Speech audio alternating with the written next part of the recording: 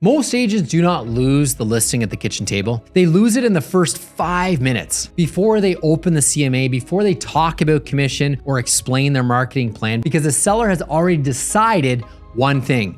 Does this person actually have the process, or are they just hoping I pick them? I've been selling residential homes since 2002.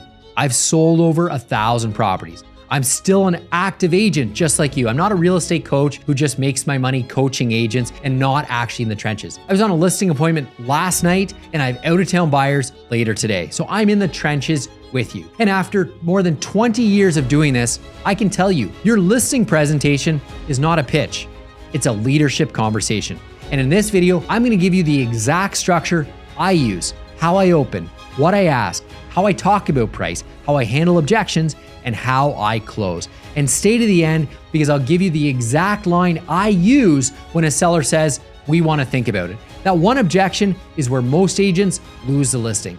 And just to be clear right up front, I'm not here to recruit you to my brokerage. This isn't some white labeled product to just pull you in and jam you into my downline. That's not my gig. This industry and being a residential realtor has been wonderful for me and my family. And at my stage in the game, 24 years, I'm giving back to the community and providing as much content, tips, and tricks that I've learned over the past 2+ decades to help you build a stronger business, make more money, and have more time. That's what it's all about. I'm here to help you get better, win more listings, make more money, and build a business that gives you more time back, because buyers can make you busy, but listings can build your business. So here's the script. The listing presentation starts before you ever walk in the door. Before I show up, I want to know 4 things. Why are they selling? Where are they going? What's their timeline? And what happens if they don't sell? That last question is the one most agents miss, because if there's no consequence to not selling, you may not be dealing with a motivated seller. No mo, no go. You may be dealing with someone who wants to just test the market. And testing the market is where listings go to die. So before the appointment, I want motivation. Are they downsizing, relocating, buying another property, carrying 2 houses, dealing with an estate, trying to move before school starts? Because price is not just a number. Price is connected to the seller's goal. If they want top dollar and have unlimited time, that is one strategy. If they need the home sold in 30 to 45 days because they've already bought something else, that's a completely different conversation. Your job is not to tell them what they want to hear. Your job is to help them make the right decision based upon the results that they actually need. Now, when I arrive at the home, I'm friendly, but I'm not random. Because if you let the appointment drift, you end up on the couch, drinking coffee, talking about your neighbor's house from 2019, and 45 minutes later, you still have not led the conversation anywhere. After I tour the home, I like to sit at the kitchen table, not on the couch. The kitchen table creates focus. Then I use this one-line script. First, I really appreciate you having me over. Before I go through the numbers and strategy, I'd like to ask you a few quick questions so I can make sure I'm giving you the right advice. Is that okay? See, that line matters because you're asking permission to lead. Then I ask, based upon our conversation, it sounds like you have made the decision to sell. Is that correct? Then I say, and assuming the number makes sense, your goal is to not sit on the market for 6 months testing a high price. Your goal is to position the home properly, attract serious buyers, and get the best result the market will give us. Is that fair to say? Pause, wait for them to answer. Then you say, and by the end of our conversation today, if you feel comfortable with the plan, the price, and the process, are you hoping to make a decision and get moving? Pause. That's not pressure, that's clarity. Most agents skip that question because they're afraid of the answer. But I want the answer. If they say, no, we're meeting 2 other agents, perfect, now I know. If they say, we're not ready yet, perfect, now I know. If they say yes, if everything makes sense, we want to move forward, perfect, I know that. See, an amateur avoids the truth. A professional gets it early on. From there, I position myself, but I don't brag. This is where agents lose the room. They say, I'm number 1. I do professional photos. I have social media. I use drone video. I have a database. I have buyers. The seller has heard all of that before. Most marketing plans sound the same. So instead, I frame my experience around reducing risk. And oh, by the way, I am currently building a private community for residential real estate agents just like you, who want to scale without burning out. If you want more time, better systems, and a predictable business year over year instead of this feast or famine, I'll drop a link below. No pressure, check it out. Just something I'm building for agents who want to work smarter, not longer. All right, back at it. Script line number 2. I've been selling homes in my area since 2002. I've sold over 1,000 homes. I'm still actively selling every single day. So today, I'm not going to overwhelm you with a 50-page sales pitch. I'm going to show you how I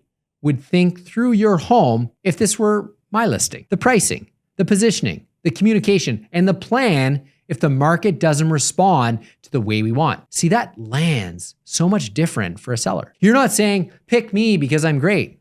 You're saying, I have a process that protects you. That is what sellers care about. Then I move into the most important part of the appointment, price. And I keep it simple. So my script line number 3, there are only 3 reasons a property does not sell: condition, location, and price. Location is fixed. We can't pick up the home and move it to a better street. Condition matters, but there's usually a limit to what makes financial sense. In most cases, spending more money, hoping to get more money back is not recommended, especially in this market. So the biggest lever and only lever you really have at your control is price. Then I say, your home is not worth what you want it to be worth. It is not worth what I want your home to be worth. Your home is worth what the buyer is willing to pay for it, compared to everything else on the open market. That's key. See, sellers think buyers are judging their home. They're not. They're ranking it. And if your home ranks 3rd, 4th, 5th in value, you don't get the offer. You get silence. So when I present price, I don't show just sold properties like every other agent. I show 4 things: what sold, what did not sell, what are they currently competing with on the open market, and what buyers are choosing instead. The active competition here is critical because sellers love to say, yeah, but my neighbor sold for this. And my response is, yeah, that matters. But what matters just as much is what a buyer can buy today on the open market when you're on the market right now. That is where the pricing conversation becomes real. If there are 5 competing homes on the market and 2 of them are better value, the seller needs to know this. Not after 45 days and the listing's stale and nothing's happening.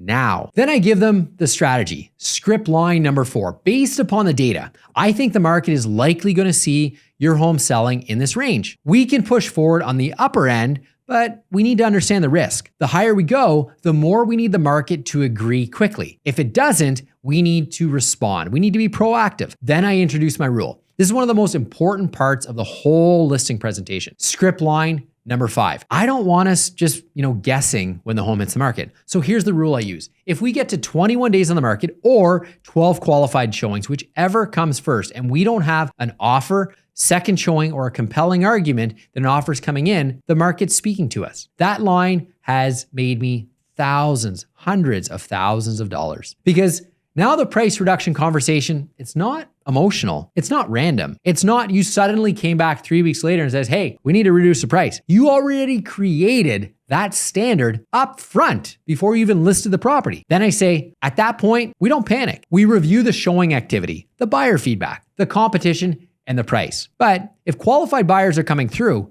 and no one's writing offers, they're telling us that they see better value somewhere else. That is how you get price reductions. You don't surprise the seller. You prepare them before the sign ever goes in the lawn. Then I move into communication, because communication is part of the product. Script line number 6. One of the biggest complaints sellers have about agents is once the listing goes live, the communication drops off. That is not how I work. Then I explain my system. We collect showing feedback. We monitor online activity. We watch competing listings. We track price changes. I preview other homes that are comparable to yours. And I send a weekly Loom market update so you can actually see everything going on. That matters, because if the only time a seller hears from you when you need a price reduction, they'll resist it. But if you've been educating them week over week, showing them the market, giving them the real feedback, then the hard conversations, they become a lot easier. Then I give them my guarantees. So script line number 7. I also do not want you to feel trapped. If you hire me and do not feel I'm doing what I said I would do, you can cancel at any time. I put that in writing upfront. As soon as you sign the listing agreement, I sign an easy exit cancellation agreement. That removes the risk. A lot of sellers are scared to sign because they think, what if I pick the wrong agent and they disappear? And then I'm stuck with them for 60, 90, 120 days. That cancellation guarantee de-risks the entire process for them. It says, I'm so confident in my ability as a listing agent that I don't need to trap you in a contractual agreement. Now we get to objections. Most listing objections are predictable. Another agent's at a higher price, your commission is too high, we want to think about it, we want to try a number first, we have a friend in the business, we're not ready yet. See, the biggest mistake agents make is they answer too quickly. The seller says, another agent said they could list higher, and the agent immediately starts defending themselves. Don't do that. Slow the conversation down. I would say, I appreciate you telling me that. Let me ask you, based on the data we just reviewed, do you feel that a higher number is actually where a buyer is going to see the value? Do you think there's a chance that the number is being used by this other agent just to win your listing?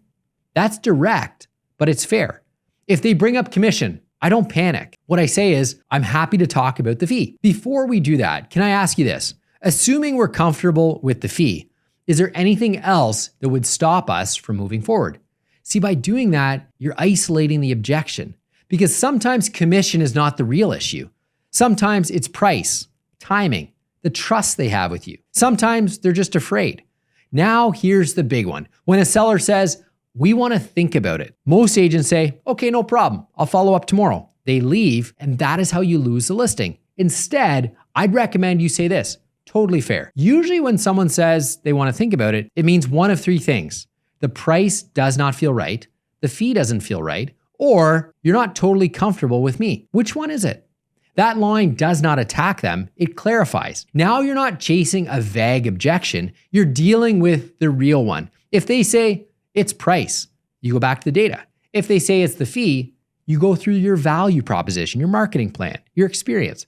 If they say they're not comfortable yet, you ask, that's fair. What would you need to feel comfortable to move forward? That's a real conversation, not a follow-up chase. Then I close, not with pressure, with a summary. So based upon everything we reviewed, here's a strategy I would recommend. We prepare the home properly, we relaunch it at this price, we watch the market closely, I communicate with you daily, and then I send you a weekly Loom update. If we hit 21 days or 12 qualified showings without the result we want, we review the data and we make an adjustment. We also have a cancellation guarantee in writing. So you're not locked into something if I don't meet your expectations. Then I ask, does that plan make sense to you? And then I just zip it. I let them answer. Then, would you feel comfortable putting me to work? That's it. Not desperate, not awkward, not pushy, clear. You have earned the right to ask because you led the conversation professionally. And at that point, you don't need some 75-page listing presentation. You need a repeatable conversation. You need to know how to open, diagnose, price, handle objections, and close. Then you need to practice it until it no longer sounds like a script. Because the goal is not to memorize every word. The goal is to become the kind of agent who can sit across from a seller, tell the truth, create confidence, and lead the right decision. That is what wins listings. Not luck, not begging, not being the cheapest, preparation, process, confidence. And if you want to get even sharper on this listing side, you gotta watch my next video right here. Most agents blow the price reduction conversation. Here's exactly how to save it. Check it out right now.